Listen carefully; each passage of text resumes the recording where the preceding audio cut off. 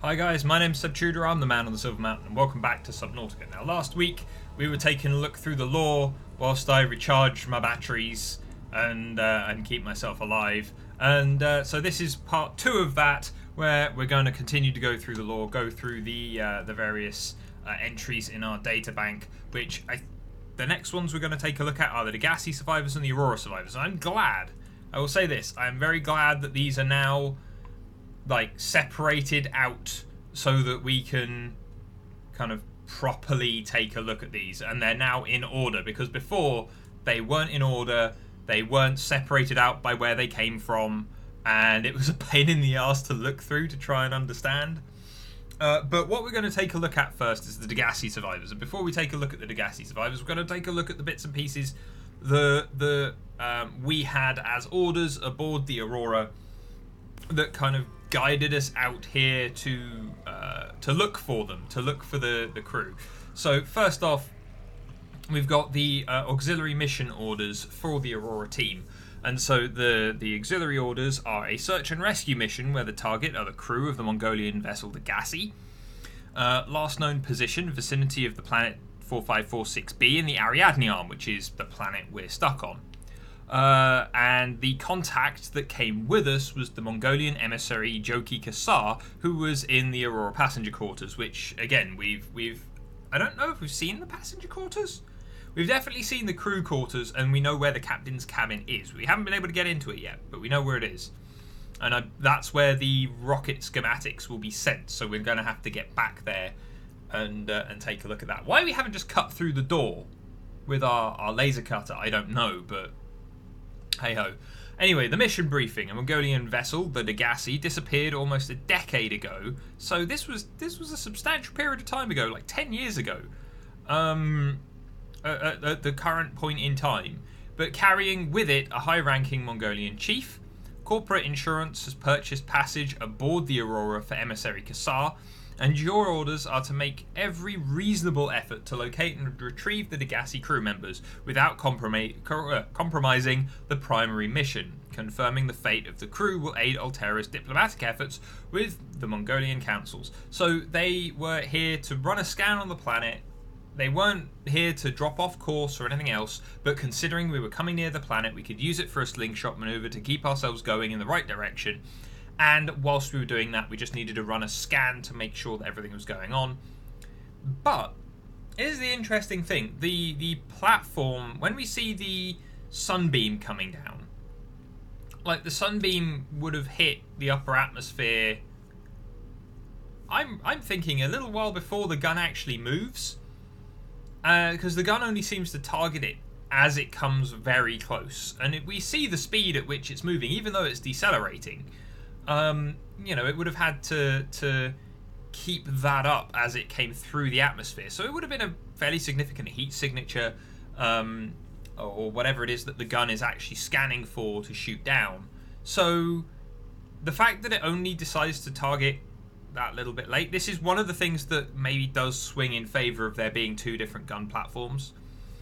Possibly one not on the planet, which I think is more likely than having two on the planet, because you've only got this one area where you're protecting the research and kind of quarantine area, and so they needed a power source for it and whatever else, and it would have been much easier for them to set something up in orbit, like even a defense satellite, let alone a platform on one of the moons, but like an array of satellite-based weapon systems would have made more sense. But anyway, yeah. So the mission details. The Aurora is due to perform a slingshot maneuver around 4546b, Category 3 ocean planet, approximately 13 months post-launch. So we were coming here anyway, because of just seemingly where this planet is situated. Which again makes sense, because if the precursors chose this planet, there must have been a reason. And if it's on like a main transit path throughout this area of space, then it makes sense that they would use it as much as we would use it. It's the same way that you see ancient civilizations on Earth congregating in the same places as modern civilizations, around water sources, around kind of environments that are either well defendable or kind of otherwise have resources that are useful. So if this planet is that for kind of intergalactic or extrasolar travel, then it's kind of a decent reason why we've ended up stuck here, and why the precursors were here before us. This will bring the ship within range of the Degasi's last known position. Additional aquatic and all-terrain vehicles have been included in the Aurora's cargo package for this mission. So that's why we've got... Because I was questioning before in another episode why we had all of this kit for underwater unless we were planning to land on a planet and set the phase gate up on a world, when you would have thought that a phase gate, something large enough to support any kind of ship going through it, the Aurora is a very large vessel, but I would imagine that there are ones that are much bigger. You would want a phase gate that could be substantial enough to allow people through. Obviously, you'd probably colonize other worlds nearby for infrastructure and support and food and all that kind of thing. But surely the phase gate, as an idea, it'd be better to have it out in space as well, because especially considering that the Aurora doesn't seem to, in terms of its size and everything else, that would be a real pain in the arse to take off and land from a planet.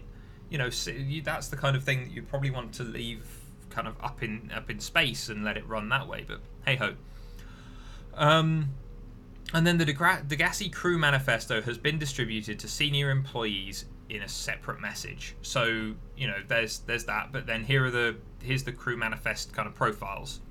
So Degasi crew manifest Bart Torgal. Auxiliary Search and Rescue Bart Torgal, position Vice President of Torgal Corp, and he was in charge of the mining operation or the development operation that was going to be taking place out this way until they went missing. Lost in space NIF 5546B. Age at time of disappearance is 19, so now he would be like 29, 10 years on. Unfortunately, it sounds like he didn't live that long, so hey. The only legitimate child of Paul Torgal, beneficiary of enhanced learning techniques and cerebral implants, which again kind of speaks to the transhumanist elements of the various transgovs and things like that. We know that he had, here we go, digi-trained in advanced biochemistry and stellar economics, which served him pretty well here. Emissary Kassar reports Bart was accompanying his father to a newly constructed deep space station where he was to serve a 5-year term as chief operating officer. So again, there is a deep space station somewhere near here, or somewhere from here, that was operated by them, which, hey ho, we'll see about that. But yeah, so now we've got Marguerite Mader, who was freelance security personnel, who was 42 at the time, so she'd be in her 50s now, mercenary born in the Mongolian states, experienced in ship-to-ship and close-quarters combat techniques, tours of duty with the Mongolian Defense Force and the Trans-System Federation, so she's ex-cop, essentially, as well.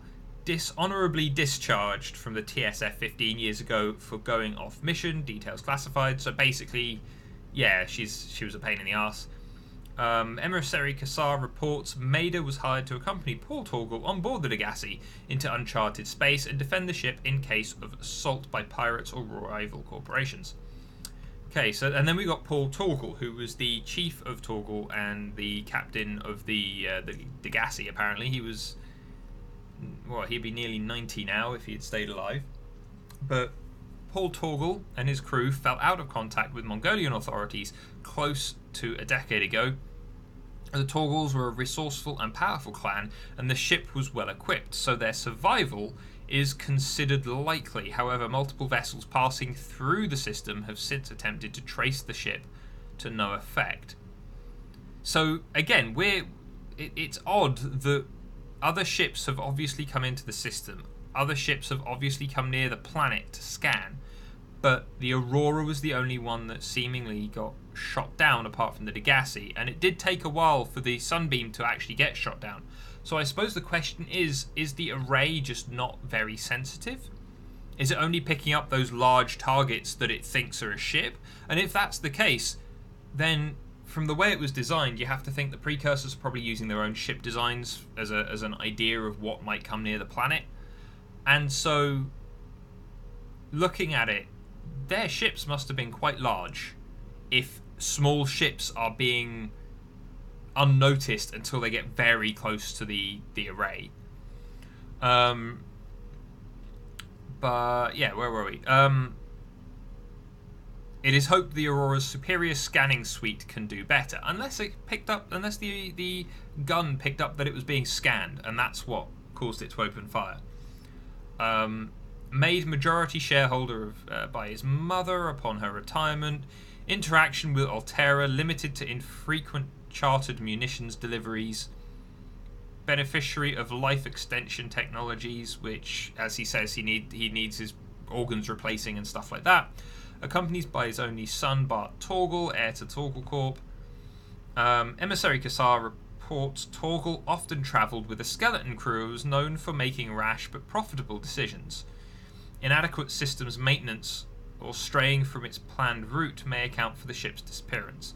Right, so in which case they were saying he was a bit of a loose cannon in and of himself anyway, so potentially that could have been what caused the ship to disappear. But let's go through. So we've got the various different logs here. We've got Bart's logs, which we'll go through in a second.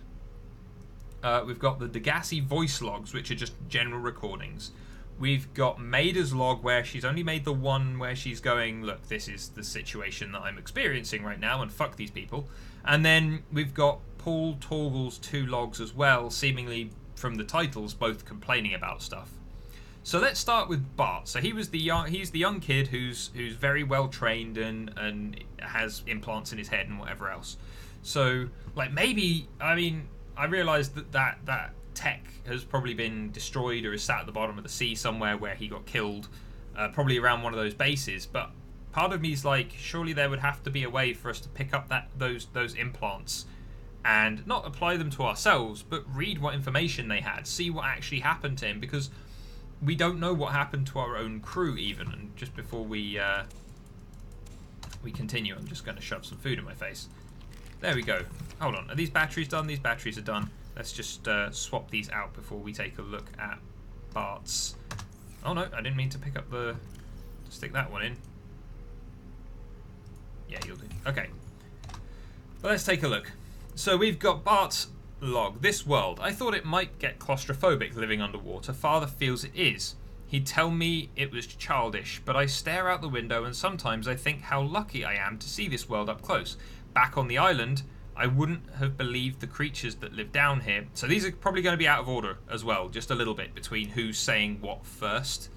But hey ho, we'll go through them piece by piece and just deal with it that way. Back on the island, I wouldn't have believed the creatures that live down here. Marguerite has been telling stories about the wildest creatures you could imagine. The fish down here, they glow. There's one that's 90% eyeball. Snakes twice the length of a habitat compartment. Sure, it's not all friendly. 99% of the plant life is toxic.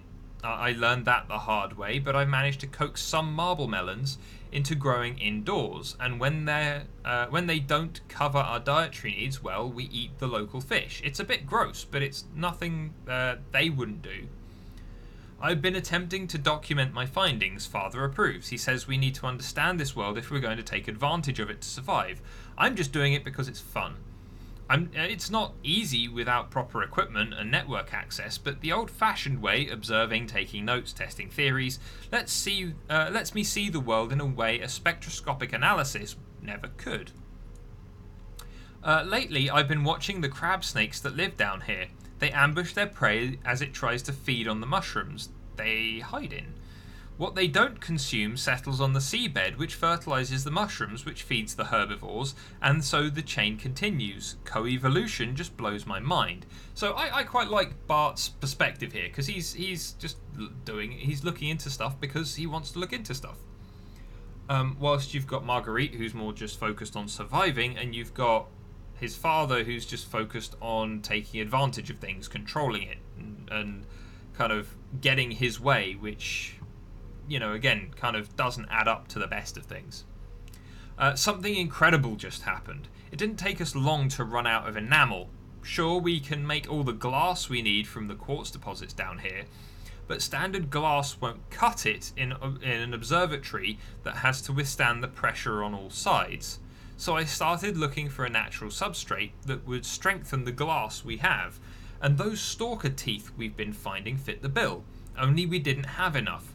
That's when Marguerite got real interested.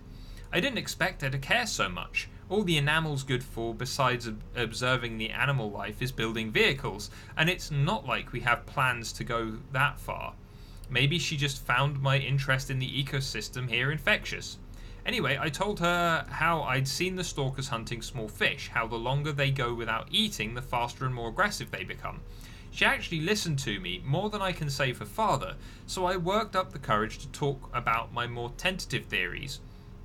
When I told her I thought they were attracted to metal deposits because they used them to sharpen their teeth, she got real excited and ran out of the room. She came back 3 hours later with a huge cut on her forearm and a pack full of stalker teeth. As I was helping her clean up the wound, I asked her about it. She shrugged and said they're mostly harmless with a full belly. She's incredible. She went out to the kelp forests, armed with just a heat blade, went fin to fin with a pack of stalkers, and then made out like it was nothing at all. On one hand, that is the most badass thing I've ever heard, and now I'm sitting in this observatory recording the behaviour of the biters tapping harmlessly against the glass. On the other hand, I hope the stalkers didn't come worse than Marguerite did.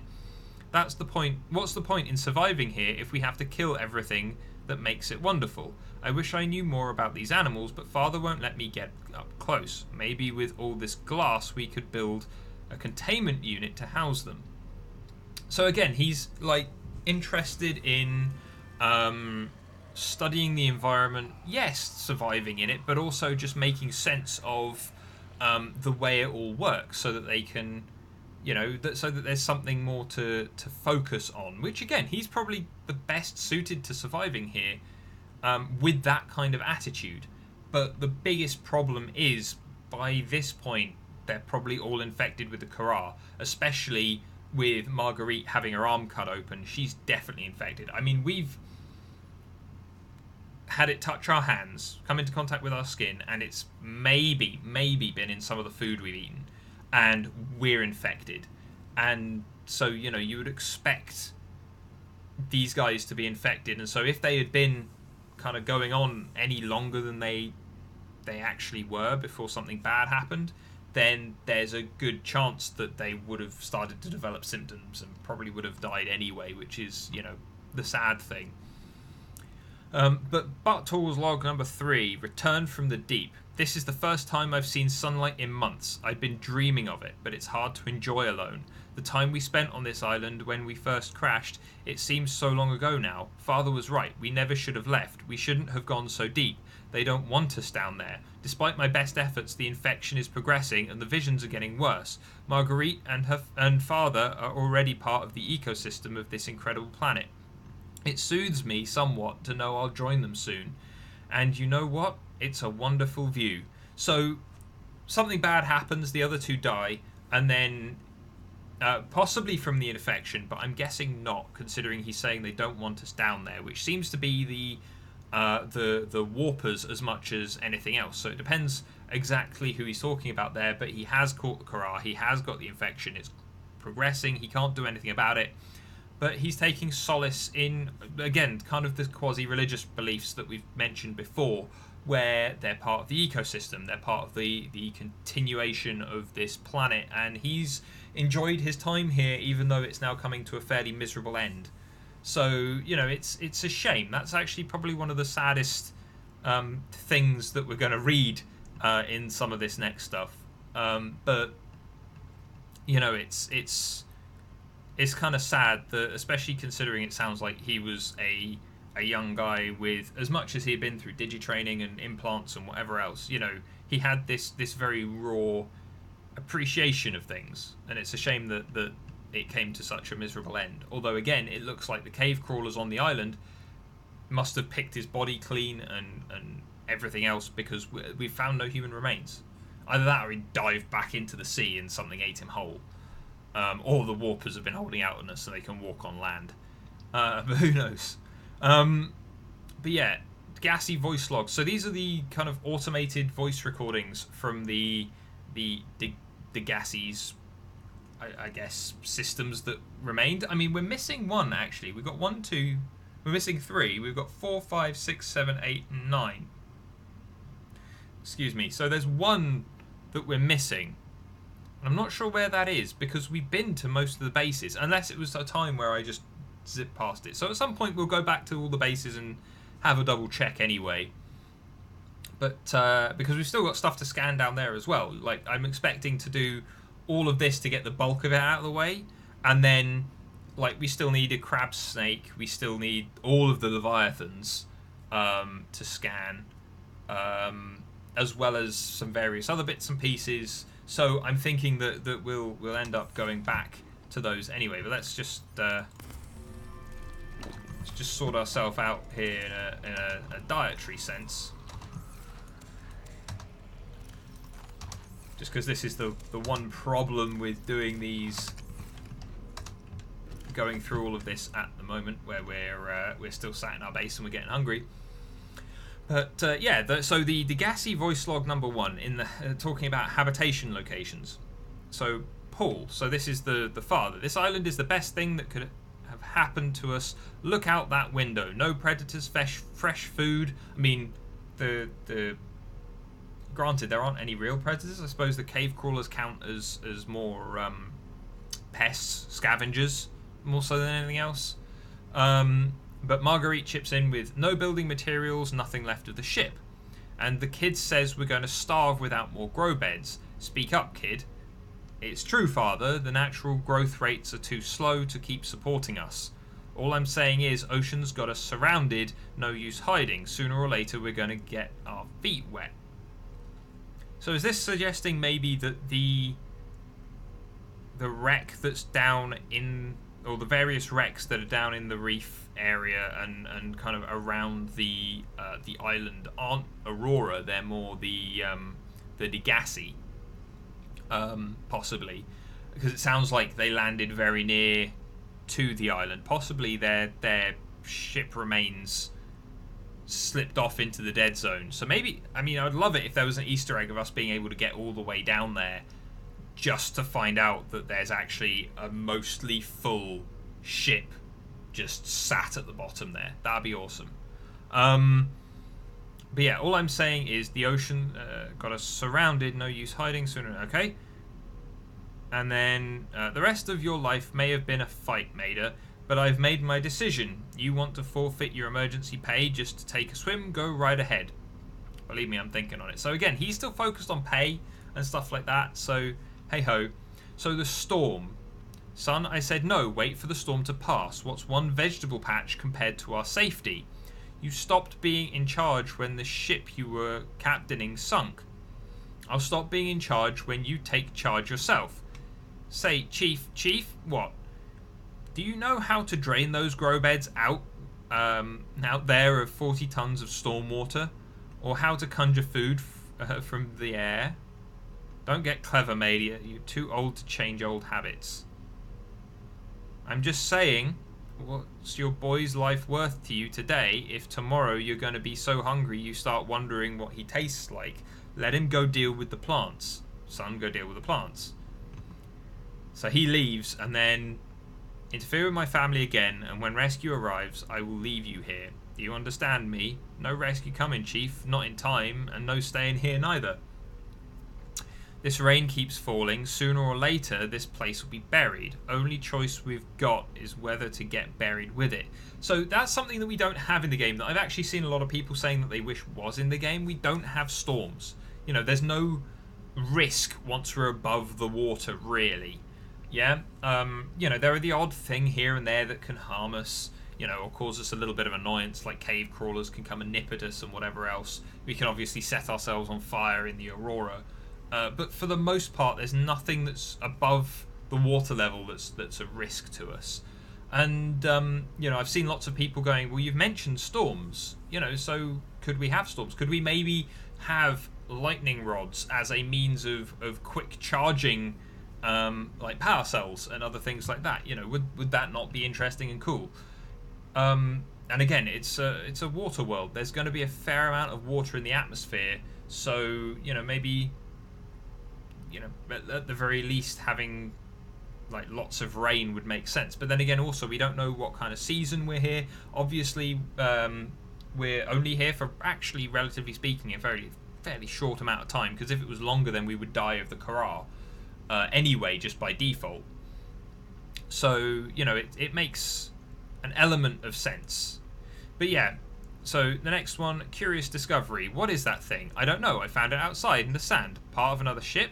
None I've ever seen. It's not even scratched. Don't fool around with it. It might be worth something. Stand down, Chief. If it were going to crumble to dust, it would have done so when I picked it up.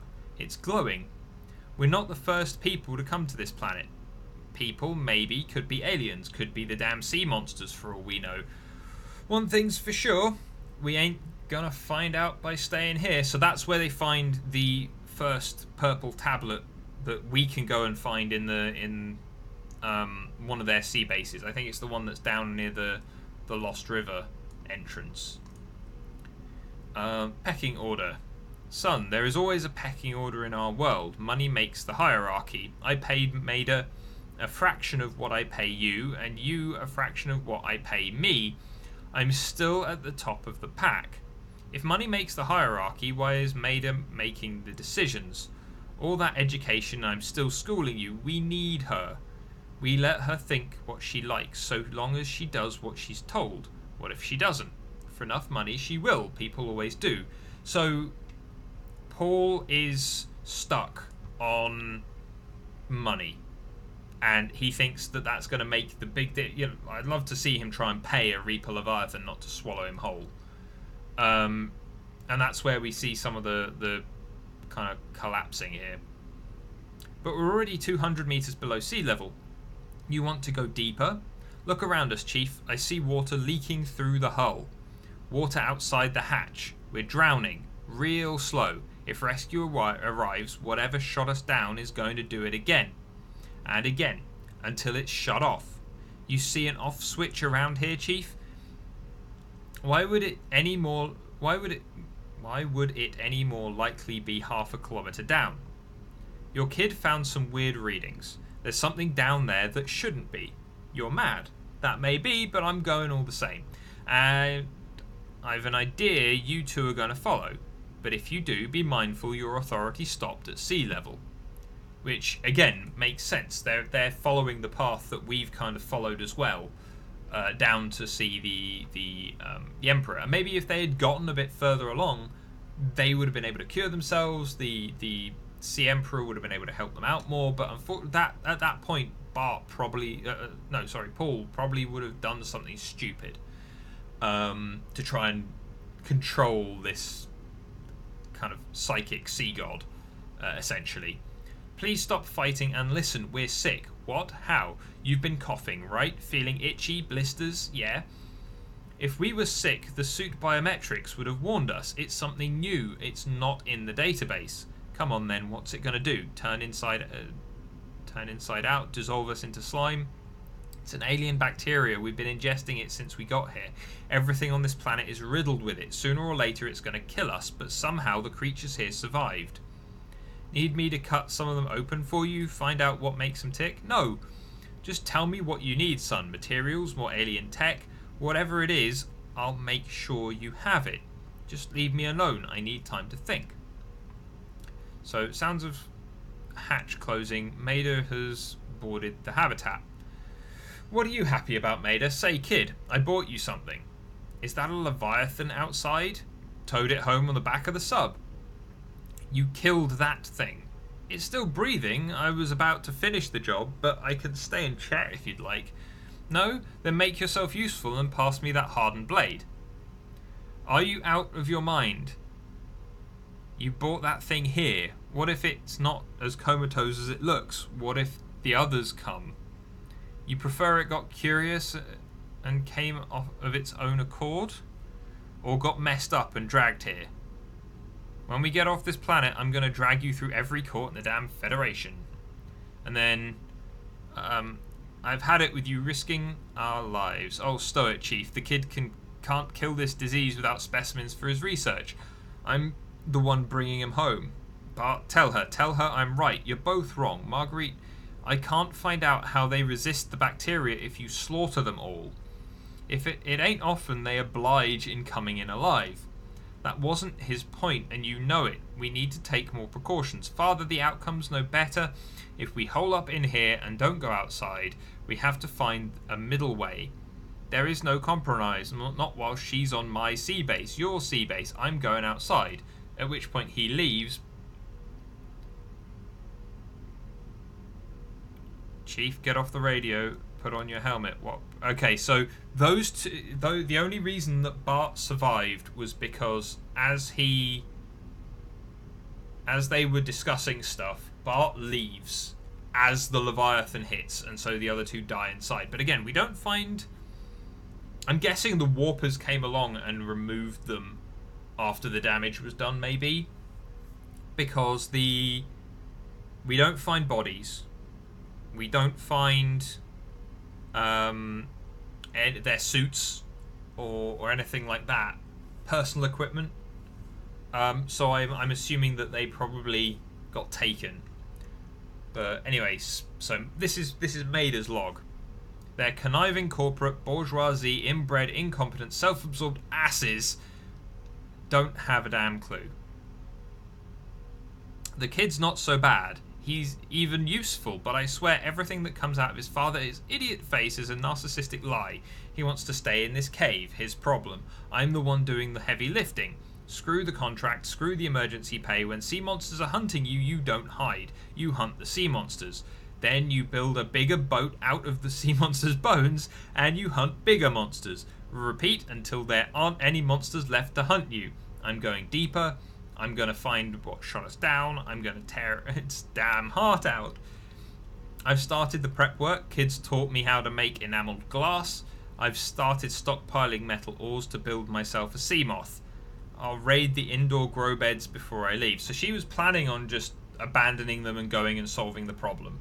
Unfortunately, she probably wouldn't have got very far without the technical expertise of Bart, which again, though, leads into me saying that I think our character, who we are, this voiceless, nameless individual that we have inhabited, is probably a member of the engineering side of things from the Aurora, or possibly one of the lower level members of the command crew, just because he's the one who's going to be building a rocket. He's the one that's been building all these things. He's the one that's been doing all the maintenance and checking on things and keeping himself alive. Even if the PDA has been giving us helpful hints and instruction, a lot of what we've been doing has been driven off what we've chosen to do. Anyway, Chief's log. 5 weeks since our ship was shot out of the air, fate spared my son Bart and I, but also burdened us with the presence of a cut-price mercenary with local expertise, name of Maida, who I reluctantly commissioned for this voyage. The three of us spent days in the life pod, rain hammering the roof. Again, we've not seen any rain, so hey. Ocean on the horizon. When the weather cleared, we saw this floating island. We were saved. We salvaged the Degasi wreck to build this habitat. I set Bart to studying the indigenous plant life, finding us a stable source of food. That expensive education of his is paying dividends sooner than I expected. Our only problem is Maida. She claims the island's too small to support us indefinitely, which is then confirmed by Bart anyway. Says the weather's gonna turn. I say she's finding excuses to risk our lives. She's likely never gone more than a week without physical altercation, and she's itching for a fight. Every judgment she makes assumes things go from bad to worse. If she had my experience, she'd see that humans have spent millennia shackling nature to our will. This planet won't cause any new problems. Our one task now is to stay alive as comfortably as possible until the insurance company arranges rescue. In this part of space, that could be months or even years. Which, again, what we're seeing here is a split between the very aggressive kind of push with Maida, the very kind of defensive kind of hold fast with Paul, and then we've got Bart in the middle, who's being more of a realist about the situation and actually probably is the best one suited to it. Oh, no, don't want operations logs, we want this one. So, dilemma. You know what Maida told me today? She wants to build a habitat 500 meters below sea level, more than a kilometer northeast of here, and she needs Bart and I to do it. She's got it into her head that she can save us if she just acts recklessly enough. But I've hauled Star Walls to Neptune, Plasteel to the Federation. This family operates 9 different mining colonies across the Ariadne arm. Maida thinks she's better suited to lead. Her contract still says otherwise. See, now this is a problem that I've experienced in real life. Someone is qualified in one area to deal with a thing, outside of just applying methodology to stuff like I do. And they, as a result, because they are qualified in one area, they think they are qualified in all areas, and it's hard to tackle. Like I may very well apply my thoughts, ideas, the ways that I've dealt with things, the way that my clients have dealt with things, the way that I've approached situations and used kind of methodology and rationale to deal with problems and kind of break stuff down for myself. But when you've got someone, especially a young person who's gone into a management role and they've got stuck there, and then because their authority is usually recognized, they see themselves as being much bigger than they actually are in one way or another. You know, it does cause a problem, and in this kind of situation where you have to rely on other people, this attitude wouldn't have been helpful. But I just cannot damn tell whether it's the stupidest idea I ever heard or my only hope. I turned 80 years old last week. I thought I had another 80 in me, but marooned on this planet, there's no swapping out my liver when the old one fails. Here I'm mortal, and Maida is useful to me. So it's my responsibility to make a decision, return to the island and hope whatever knocked the Degasi out of the sky won't do the same to the rescue ship, or take us deeper in search of answers, and all the while be hoping old age gets me before the sea monsters do. I'll give Maida just one thing. She was right about these caves. There's enough lithium here to fabricate 100 tons of plasteel, enough for a fleet of Cyclops submarines. There was nothing anyone could have done to avoid crashing here, but I was right to order the detour. If we get off this planet, they'll be talking about Torgal Corp's share price on the other side of the Federation. So again, he's still focused on his work and the fact that he can make money off this, which is maybe not the healthiest of things to focus on at a time like this. But let's just so I can pick up more food, I'm just going to ditch all of the fully charged power cells that we've got for the time being. So we've only got 2 more to charge up, so that's good. But we've got a lot more lore stuff to go through yet. But how long's this video been going on for so far? 38 minutes. Do you know what? I think maybe next time... I think maybe we'll cut it here. And next time we'll take a look at the Aurora Survivors. This is taking a little longer than I thought it would. I thought it'd only take maybe 3 or 4 videos. But this is taking a little longer. So, you know, it's it might be 5 or 6 at most. But what do we got? We got the Aurora... Excuse me. We've got the Aurora Survivors next. We've got the... we've got the indigenous life forms, we've got the advanced theories, and we've got the alien data, of which there's a fair amount. So, what's blueprints? Oh, this is just the write-up stuff for the various tech that we've got. So we might go through that as well, just to give us more of an idea of what kind of tech capabilities and things we've got, you know, that there is out in the universe as well. So if we kind of break this down one section per video, then maybe we'll... might take a couple more videos, but I'm hoping you guys are enjoying going through the story and taking a look at this stuff, because it gives us more of an idea of kind of who came before us, where we're going, what we're doing. And as I've said before in other videos, I would love to see more games in this universe, in the expanded universe outside of Subnautica. You know, maybe the next Subnautica-esque game could be same universe, but on a different planet, in a different survival situation. Or even a return to 4546B to tackle stuff that's you know, much more widespread around the planet. Interactions with the precursors, interaction with the Kara, dealing with the things in other ways. You know, there's a lot that could be done with this universe. So you know, I'm interested to kind of see where it could go in the future and what is decided to be done with it post full launch of Subnautica and where things could go after that. So, but anyway, so we'll get into the Aurora survivors logs next week, and otherwise, guys, thank you very much for watching, and I'll see you in the video tomorrow. Take care. Thank you very much for watching, guys. If you enjoyed this video, then please drop us a like, share this video, and subscribe for more, and I'll see you in the video tomorrow. Take care.